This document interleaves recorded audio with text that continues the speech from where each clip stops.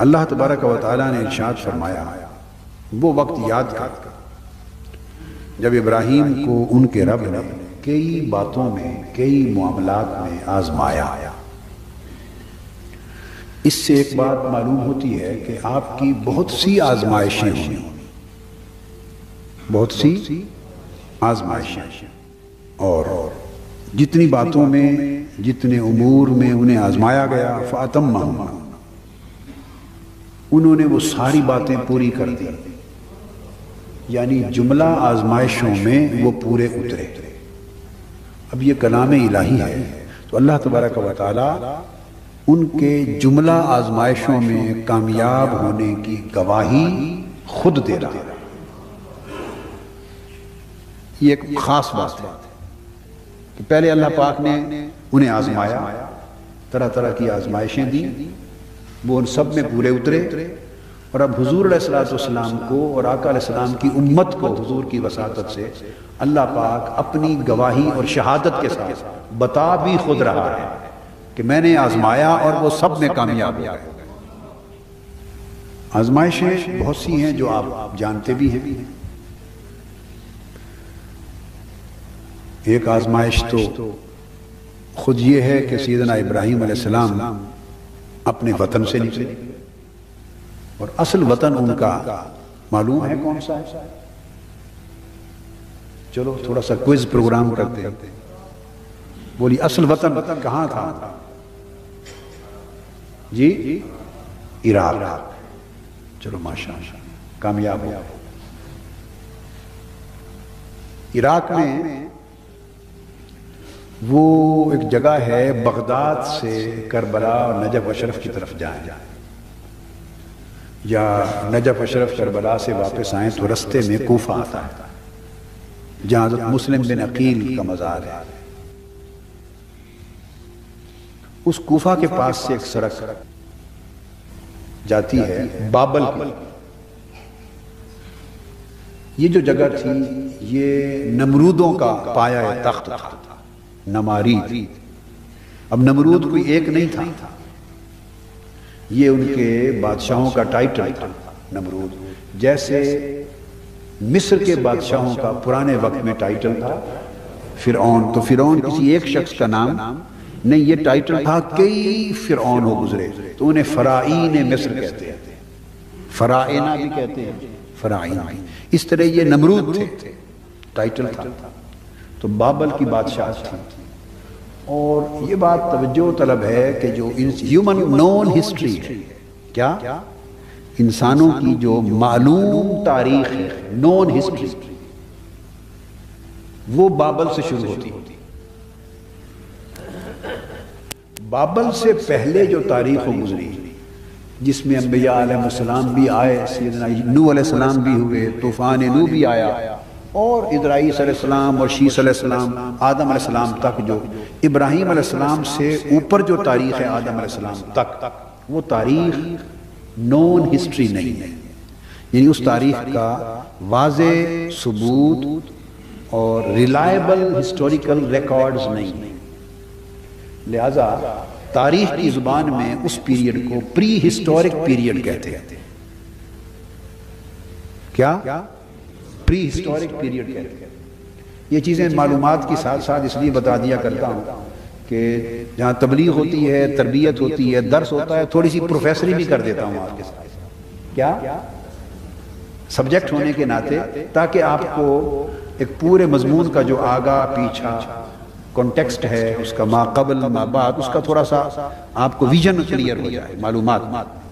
تو وہ پری historic period کہلاتا ہے، ابراہیم علیہ السلام سے پہلے۔ اور ابراہیم علیہ السلام سے جو تاریخ شروع ہوتی ہے وہ ہسٹورک پیریڈ ہے آج تک کی۔ اس سے پہلے تاریخ کے بہت سارے ریکارڈز ہیں، تہذیبیں بہت ساری، یہ 5000 سال کی تو تہذیب نون تہذیب ہو گئی نا، معلوم۔ اس سے پہلے کی تہذیبیں، پھر یہ آریاؤں کی تہذیبیں ہیں جو ہندوؤں کی چلی آ رہی ہیں، انڈین ہے، چائنیز ہے، جیپنیز ہے، اور بہت ساری یہ تہذیبیں پھر ساری یہ 5000 سال سے پہلے سے چلی آ رہی ہیں۔ یہ آپ نے ہندوستان کی تاریخ میں بھگوت گیتا وغیرہ، رامائن اور یہ اپنشد وغیرہ کا سنا ہوگا، رام چندر قصے اور یہ ساری چیزیں، اور کورووں کی جنگ، پانڈووں کی جنگ، یہ قدیم انڈین ہسٹری کے حصے ہیں. یہ سب اس 5000 سال سے پہلے کی تاریخ ہے. پہلے تو ان کا ٹرو ریلائبل ہسٹوریکل ریکارڈ نہیں ہے جسے آپ ویلڈ اور انویلڈ ہونے کا، درست اور غلط ہونے کا انالیسس کر سکیں. بس وہ پرانی کہاوتیں. یہ تھوڑی سی بیک گراؤنڈ بتائی. تو پہلی آزمائش یہ تھی کہ ابراہیم علیہ السلام اپنے وطن سے، بابل کا علاقہ جو تھا وہاں سے روانہ ہوئے، نکلے، اور چلتے چلتے سیریا میں آئے. سیریا میں تو وطن نقل مکانی، یہ بھی آزمائش ہے. اللہ کے امر پر آپ نے وطن چھوڑا.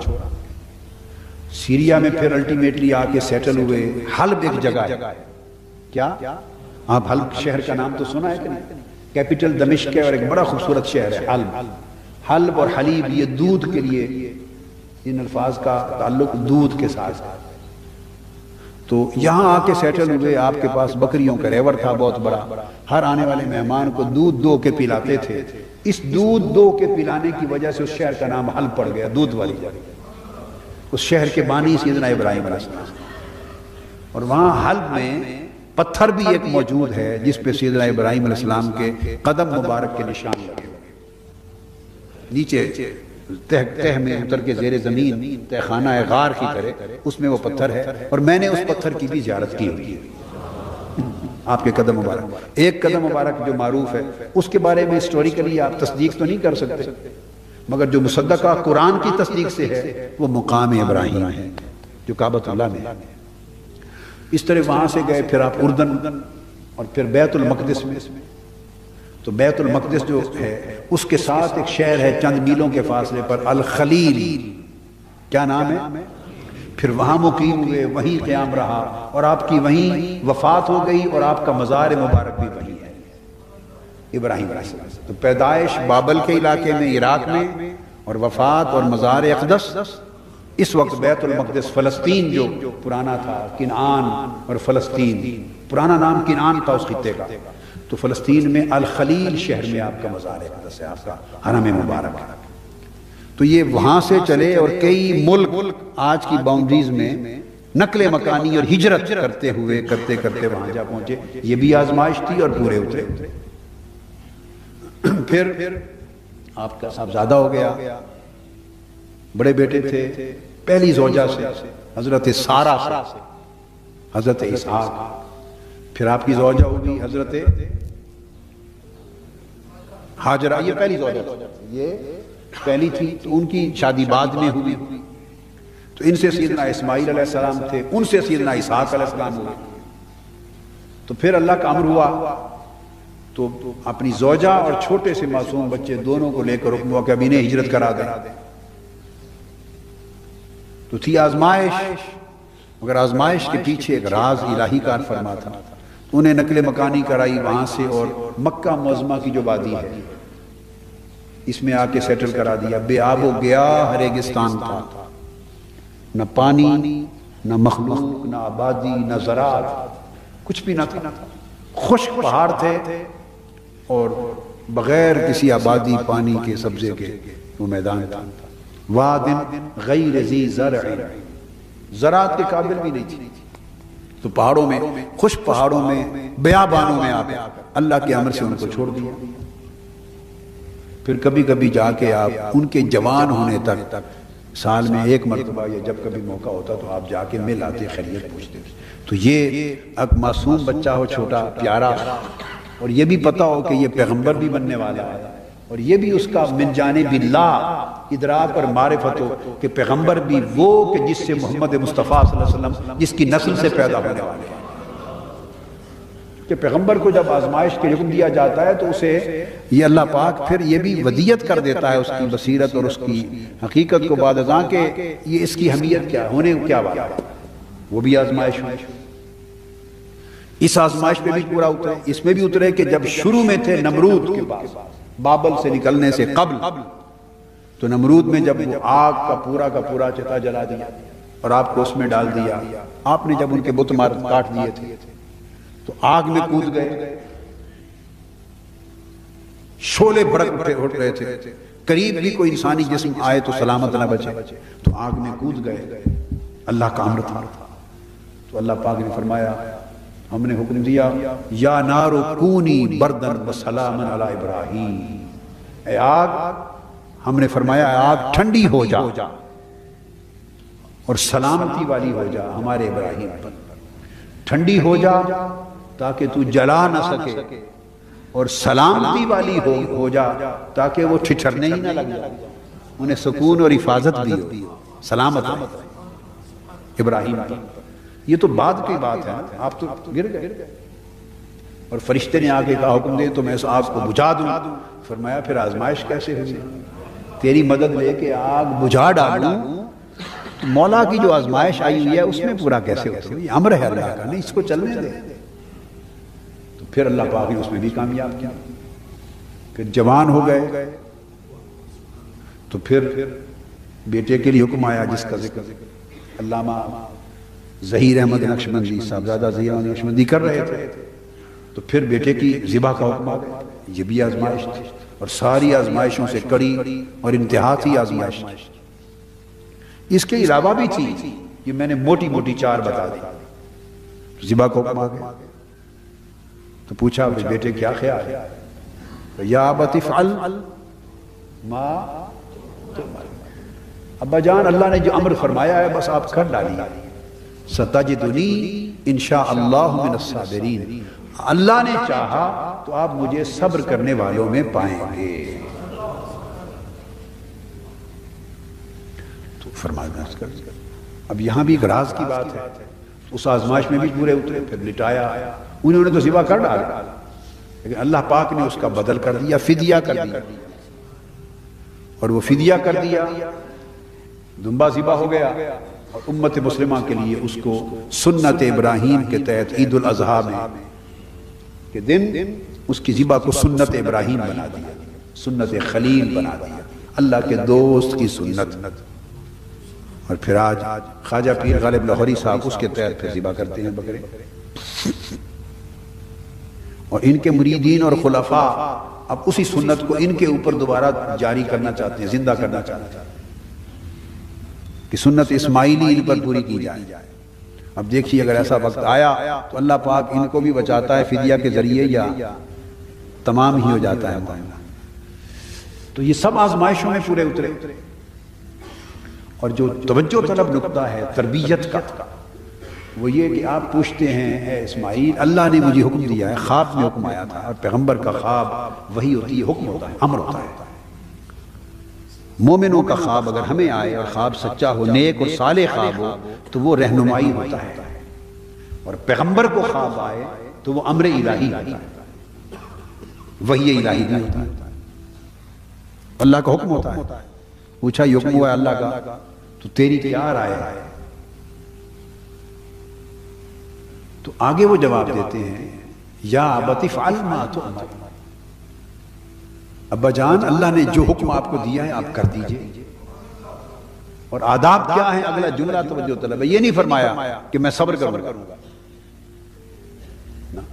یا انشاءاللہ میں صبر کروں گا، یہ بھی نہیں فرمایا، انشاءاللہ میں صبر کروں گا، یہ نہیں فرمایا۔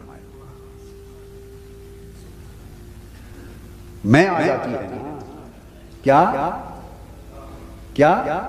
میں آتی ہے نا کہ میں صبر کروں گا، نہیں یہ جملہ ابھی میں آیت دوبارہ پڑھوں گا، ترجمہ بتاؤں گا، یہی نقطہ سمجھانے والا ہے۔ نہیں فرمایا کہ آپ ذبح کر دیں، یہ اللہ کا جو امر ہے پورا کر دیں، اور انشاءاللہ میں صبر کروں گا، یہ نہیں فرمایا، کیونکہ میں اور صبر کروں گا، یعنی صبر کرنا گویا میرا فعل ہوا نا، میں ہوں صبر کرنے والا، یہ بات بنتی ہے نا اس طرح، یہ نہیں کہا۔ نوجوانی ہے کیا کوئی عمر ساری گزار کر بڑھاپے میں تو میچورٹی کی اس ایج پر تو نہیں پہنچے نا جب آدمی تمام آداب کو دنیا میں تجربات سے سیکھ لیتا ہے، نہیں نوجوانی ہے۔ تو آپ فرماتے ہیں ستجدنی، آپ ان قریب یقیناً مجھے پائیں گے من الصابرین، صابروں میں سے۔ صاحب نے دیکھا نہ میں کہا نہ صبر کروں گا، میں صبر کی نسبت فعل کی اپنی طرف کی، بلکہ زمرہ صابرین کا ذکر کیا کہ جو اللہ کی بارگاہ میں صبر کرنے والے لوگ ہیں ان کو یاد کیا. کن کو یاد کیا؟ صبر کرنے والوں کو یاد کیا. اور انشاءاللہ آپ مجھے ان میں پائیں گے کتنی عاجزانہ اور مؤدبانہ جواب. اس جواب میں عاجزی بھی ہے اور ادب کا کمال ہے کہ انشاءاللہ، اور اس پر بھی انشاءاللہ کہ انشاءاللہ آپ مجھے پائیں گے صبر کرنے والوں میں. اس پر علامہ اقبال نے یا کس نے کہا ہے وہ شعر، یہ فیضان نظر تھا یا کہ مکتب کی کرامت تھی، سکھائے کس نے اسماعیل کو آداب فرزندی. یہ ساری آزمائشیں اللہ پاک ان کا اشارہ فرما رہا ہے کہ میرے حبیب صلی اللہ علیہ وسلم آپ وہ وقت یاد کریں اور آپ کی وساطت سے آپ کی امت وہ وقت اور لمحہ یاد کرے جب اللہ نے ابراہیم کو بہت سی باتوں میں آزمایا اور وہ سب میں کامیاب ہو گئے. اب نقشہ آ گیا نا سارا باتوں کا کہ وہ باتیں کیا تھیں. جب کامیاب ہو گئے اس کے بعد اللہ پاک نے فرمایا قال انی جاعلک للناس اماما. ابراہیم اب میں تجھے چونکہ آزما لیا ہے، ٹیسٹ کر لیا ہے اور آپ تمام امتحانات میں کامیاب ہوئے، اب میں نے فیصلہ کیا کہ تمہیں انسانیت کا امام بنا دوں، عالم انسانیت کا امام و پیشوا اور مقتدا بنا دوں. آپ کو امامت کے منصب پہ فائز کرنے کا فیصلہ کر دیا ہے. اللہ پاک نے اپنے نعمت کا اظہار کیا. تو اس سے دوسری بات یہ بھی ثابت ہوئی کہ جب اللہ پاک کوئی بڑا منصب اور بڑا درجہ دینا چاہے تو اس سے پہلے بہت سی آزمائشیں تو پریشانیاں ہوتی ہیں. دیکھنے آزمائشیں کیا ہوتی ہیں؟ دھچکے ہوتے ہیں، پریشانیاں ہوتی ہیں، دکھ ہوتے ہیں، مصائب ہوتے ہیں، آلام ہوتے ہیں، ظاہری نقصانات ہوتے ہیں. ان کو آزمائشیں کہا جاتا ہے. اور کامیابی کیا ہوتی ہے کہ آدمی صبر سے ان مرحلوں کو عبور کر لے، ان سے گزر جائے، بے صبر نہ ہو، حوصلہ نہ ہارے، اللہ پر شاکی نہ ہو. تو کامیاب ہو گئے اور جب ان تمام آزمائشوں میں کامیابی ہوتی ہے تو تب اللہ کی نعمت پیشوائی کی نصیب ہوتی ہے. یہ دوسری بات معلوم ہوئی. تو جب اللہ پاک نے یہ وعدہ فرمایا تو آگے ابراہیم علیہ السلام نے عرض کیا قال ومن ذریتی باری تعالی، مجھے تو یہ نعمت عطا ہی فرما رہا ہے تو کیا میری اولاد کو بھی یہ عطا کرے گا؟ تو اس سے سنت یہ معلوم ہوئی کہ پیشوائی اور امامت اللہ کی بڑی نعمت ہے اور اولاد کے لیے بھی اسے طلب کرنا سنت انبیاء ہے، سنت انبیاء. اور جب اولاد کے لیے امامت اور پیشوائی طلب کی تو اس میں یہ بات شامل ہو گئی کہ پھر ان کی اہلیت بھی مانگی جا رہی ہے کہ اگر ان کو بھی عطا کرنی ہے، میری دعا ہے کہ عطا کر اور پھر انہیں اس لائق بھی بنا. تو عرض کیا باری تعالیٰ کیا میری اولاد کو بھی؟ تو اللہ پاک نے فرمایا ہاں تمہاری اولاد کو بھی دوں گا. اس لیے کہ یہ امامت اور پیشوائی جو ابراہیم علیہ السلام کو دی جا رہی ہے یا کہ اولاد میں تو ٹرانسفر ہونی ہے، اور سب سے بڑے امام و پیشوا کائنات کے وہ بھی تو ابراہیم تمہاری اولاد میں سے آنے والے ہیں. تو یہ ٹرانسفر کیوں نہیں کروں گا؟ 2 چینل بنا دیے. تو ان میں سے فرمایا ہاں مگر لا ینال عہد الظالمین، مگر ایک بات ہے کہ میرا یہ وعدہ اور میری یہ نعمت ظالموں کو نصیب نہیں ہوگی. اور پھر آپ نے فرمایا وہ بھی وقت یاد کرو جب وہ ہم نے اس گھر کو لوگوں کے لیے رجوع اور اجتماع کا مرکز بنایا، کعبہ. پھر آپ نے اپنے بیٹے اسماعیل علیہ السلام کو ساتھ کھڑا کیا اور باپ اور بیٹے نے مل کے کعبۃ اللہ تعمیر کیا. یہاں جب آباد کیا تھا تو کعبہ زمین پر موجود یعنی ظاہراً موجود نہ تھا. پھر ایک بادل آیا، نشان دیا اس نے. جب جوان ہوئے تعمیر کا جب وقت آیا کہ میرا گھر تعمیر کرو تو نشاندہی ہوئی، اس جگہ پر بنیادیں کھودی تو یہ وہ جگہ تھی جہاں سیدنا آدم علیہ السلام نے کعبہ تعمیر کیا تھا. پھر طوفان نوح میں سب کچھ مٹ گئی. اور پھر وہ دوبارہ تعمیر نہ ہوا، انتظار میں رہا، درمیان میں انتظار میں رہا۔ ابراہیم علیہ السلام نے پھر وہ بنیادیں کھودی تو آدم علیہ السلام کے تعمیر کردہ کعبے کی بنیاد ملی، اور اس جگہ پھر کعبہ تعمیر ہوا۔ اور فرمایا اس کعبے کو مخلوق خدا کے رجوع اور اجتماع کا مرکز بنایا، جائے امان بنایا، اور جس جگہ ابراہیم علیہ السلام کھڑے ہوئے وہ ایک پتھر تھا، جوں جوں تعمیر اوپر ہوتی تھی پتھر اٹھتا چلا جاتا تھا، چھت تک وہی پتھر اٹھتا چلا جاتا۔ تو اسماعیل علیہ السلام مزدور تھے، گارا لاتے تھے، اور ابراہیم علیہ السلام مستری تھے، تعمیر کرتے تھے۔ تو باپ اور بیٹا دونوں نے تعمیر کیا ہے اللہ کا گھر۔ جب تعمیر کر چکے تو فرمایا کہ یہ جس جگہ پر ابراہیم علیہ السلام کھڑے ہوتے تھے، جس پتھر پر کھڑے ہوتے تھے، جب اترے تو آگے آیت آتا ہے کہ اس اگلی آیت میں ہے کہ جب اترے تعمیر ہو چکا تو عرض کیا باری تعالیٰ اسی پتھر پر کھڑے ہو کر، باری تعالیٰ ہم نے مزدوری کر دی، کعبہ تعمیر کر دیا، اب ہمیں مزدوری دے دے۔ یہاں پر بات ختم کر رہا ہوں، کعبہ تعمیر کر دیا، اب ہمیں مزدوری دے دے۔ تو اس مزدوری میں مانگا کہ باری تعالیٰ اگلی آیت ہے، ایک تو مزدوری یہ دے دے کہ وہ جو امت مسلمہ تو نے پیدا کرنی ہے، یہ آپ تین دعائیں مانگیں، ایک تو اس گھر کو، اس کے پھل اور رزق کبھی قیامت تک ختم نہ ہو۔ اس گھر جو بن گیا گھر تیرا، ہم نے اب اس شہر میں 2 لوگ آباد ہوں گے، یہاں کا رزق اور پھل کبھی ختم نہ ہو، اور ہر مومن کو رزق اور پھل ملتا رہے۔ اللہ پاک نے فرمایا ابراہیم تیری دعا قبول کی، اور جب میرے گھر کا، میرے اس شہر کا رزق ہے تو صرف مومن کیوں، کو غیر مسلم آئے گا اس کو بھی ملے گا۔ اب امریکی بھی کھا رہے ہیں وہیں سے۔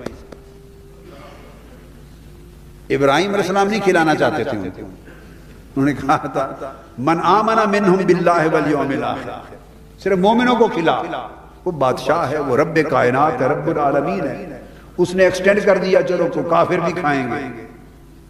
اب یہاں کا تیل ہے، مومن تو کھا ہی رہے ہیں، امریکی بھی کھا رہے ہیں، اللہ کی شان۔ اب یہ بات کی سمجھ آ گئی؟ مگر فرمایا فَأُمَتِّعُ قَلِيلًا، تھوڑا تھوڑا کھائیں گے۔ اب یہ جو ہڑپ کیے جا رہے ہیں سارا، یہ اس اسکیم کے خلاف۔ مقصد اشارہ یہ تھا کہ یہاں رزق و ثمرات میں اتنے دیتا جاؤں گا کہ ساری دنیا کھائے گی۔ آنے کی بات تو میں نے ویسے کر دی نا، ساری مسلم اور کافر، مومن اور غیر مومن، شرق سے غرب تک پوری دنیا یہاں کے رزق سے تھوڑا زیادہ کھائے گی، اتنا رزق ہوگا یہاں۔ اب وہ رزق حضور کے وطن کی وجہ سے جو رزق بنا ہے، عالم عرب کا رزق ساری دنیا کھا رہی ہے۔ آپ بھی جا کے کھا رہے ہیں، فلپین کے لوگ بھی کھا رہے ہیں، انڈین بھی کھا رہے ہیں، مزدوری کر رہے ہیں کہ ہر کوئی کھا رہا ہے۔ اور مسلم کنٹری میں کوئی مزدوری کے لیے نہیں جاتا، عرب ورلڈ میں جاتا ہے، چونکہ حضور کا وطن جو ہوا، اور دعا ابراہیم ہے کہ رزق اتنا ہوگا ہر کوئی کھائے گا۔ ایک دعا کی، دوسری دعا کی اسی جگہ پتھر پہ کھڑے ہو کے باری تعالیٰ وہ جو تو نے امت مسلمہ بنانی ہے وہ میری اولاد میں بنا دے۔ مجھے مزدوری مانگ رہے ہیں، 3 مزدوریاں مانگی، کتنی؟ ایک تو رزق دے دے، مسلمان کھاتے رہے، فرمایا ابراہیم مسلمان کیا، اتنا رزق دیتا ہوں ہر کوئی کھاتا رہے۔ دوسری دعا کی باری تعالیٰ ہمیں مسلمان گردن جھکانے والا رکھ، اور میری اس اولاد میں مزدوری یہ دے کہ امت مسلمہ جس نے آنا ہے وہ میری اولاد میں پیدا کر دے، کسی اور پیغمبر کی اولاد میں نہیں، میری میں پیدا کر دے۔ فرمایا وہ بھی تیری اولاد میں پیدا کر دی، امت مسلمہ ابراہیم علیہ السلام کی اولاد سے۔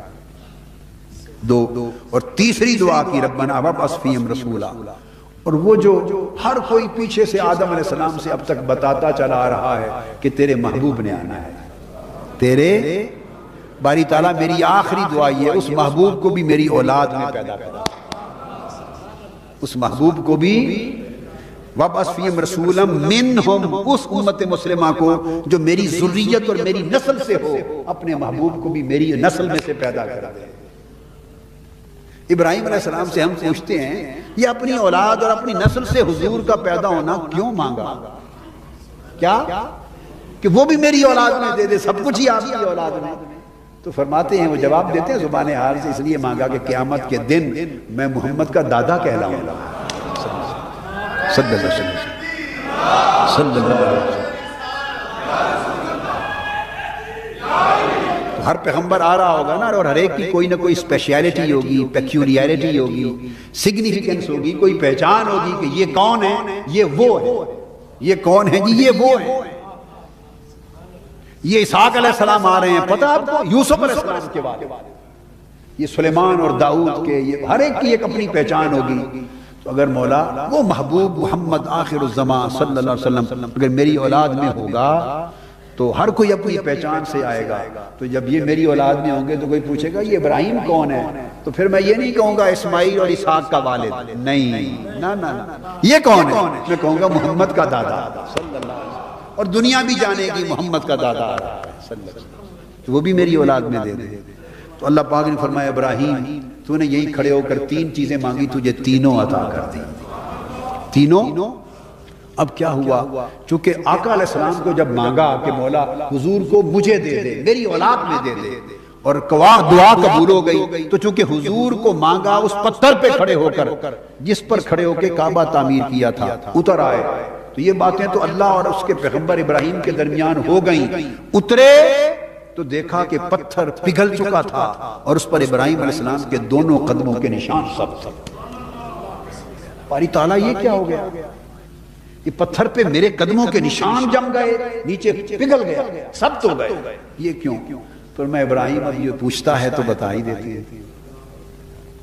اب یہ جو تو نے دعا مانگی ہے کھڑے ہو کر میرے مصطفیٰ کی کہ مجھے میری نسل میں دے دے، اب یہ دعا تو ہو گئی، پوری بھی ہو جائے گی، اس کا کوئی نشان تو نہیں بچے گا دنیا میں۔ یہ اس جگہ کھڑے ہو کے تو نے مجھ سے میرا مصطفیٰ مانگا ہے، میں نے تیرے قدموں کو سبز کر کے اس دعا کا نشان بنا دیا ہے، قیامت تک اب دنیا کو یہ نشان یاد رہے۔ یہ ابراہیم کے قدم اس پتھر پہ لگے ہیں، کون سا پتھر؟ جس پر کھڑے ہو کر مصطفیٰ کو مانگا گیا۔ تو پتھروں پر نشان، پتھر کے سینے پر نشان قدموں کے لگ گئے۔ اب پتھر آ گیا، کعبہ بن گیا، صحن بن گیا۔ اب کیا ہوگا، اللہ پاک نے فرمایا اب لوگ طواف کرنے والے آئیں گے، رکوع کریں گے، سجود کریں گے، اعتکاف کریں گے، کعبے کا طواف کریں گے۔ فارغ جانے لگے، فرمایا نہیں ابراہیم ادھر آ۔ باری تعالیٰ کیا بات ہے، فرمایا یہ تو کعبہ میرا گھر تو بنا لیا، اور تجھے یہ اندازہ نہیں ہے کہ اس پتھر کی اہمیت کیا ہے۔ میں نے تیرے قدموں کے نشان اس پہ سبز کیے، میرے محبوب کو تو نے اس پتھر پہ کھڑے ہو کے مانگا ہے، تو باری تعالیٰ کیا کروں؟ فرمایا اب طواف لوگ آ کے میرے گھر کا کعبے کا کریں گے، اس پتھر کو اس کعبے کے صحن میں کعبے کے سامنے گاڑ دے۔ کیوں؟ تاکہ لوگ آ کے میرے گھر کا طواف کریں، اور میں طواف اس وقت تک مکمل نہیں کروں گا، قبول نہیں کروں گا جب طواف کے 7 چکروں کے بعد اس قدموں کے نشان والے پتھر کے سامنے کھڑے ہو کر وہ مجھے 2 نفل نہ پڑھے۔ اس پتھر کا نام مقام ابراہیم رکھ دیا۔ فرمایا اللہ پاک نے وَاتَّخِذُوا مِن مَقَامِ إِبْرَاهِيمَ مُصَلًّى۔ اے امت محمدی، یہ جو سارا قصہ تم کو سنایا، اس پورے قصے کا کلائمیکس یہ ہے کہ جس پتھر پہ کھڑے ہو کے ابراہیم نے دعا مانگی تھی مصطفیٰ کی آمد کی، اور ان کے قدموں کے نشان سب ہیں، اس کو تم اپنی جائے نماز بنا لو، مصلی بنا لو، جائے نماز۔ اب آپ کعبے میں جاتے ہیں، ابھی بھی لوگ گئے ہوئے ہیں، حج کر رہے ہیں، عمرے ہو رہے ہیں، کسی کا حج ہو یا عمرہ، اس وقت تک طواف کعبہ مکمل نہیں ہوتا جب تک کعبے کے 7 چکروں کے بعد اس پتھر کے قدموں کے سامنے کھڑے ہو کر 2 نفل ادا نہ کر لے۔ یہ 2 نفل ادا کرنے شکرانہ ہے دعائے ولادت مصطفیٰ۔